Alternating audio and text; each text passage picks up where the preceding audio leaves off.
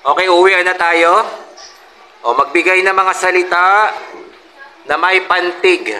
Sa unahang pantig, sa unahan. Na may pantig na T or TI. O, si JP. Tinapay po.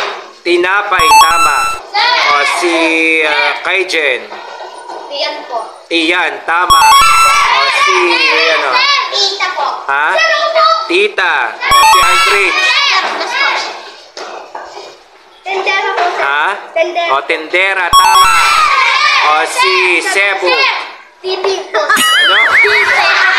Tite. O, pwede naman yung tite. Oy, hindi bastos yun, ha? Yun ay isa sa mga parte ng katawan ng lalaki. Okay. Si Jerry. Titig po. Ha? Titig. Titig. O, tama, titig. O, si Joriel. Ha? Timawa. Timawa. Tama, Timawa.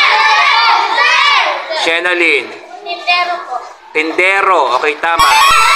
Chantal. Nilas po. Ha? Nilas. Tilas. Okay, tama. Tindahan po. Tindahan. Tama. Tindero po. Ha? Tingting. O, si, ano? Timang po. Ha? Timang. O, timang. O, tama daw, timang. O, si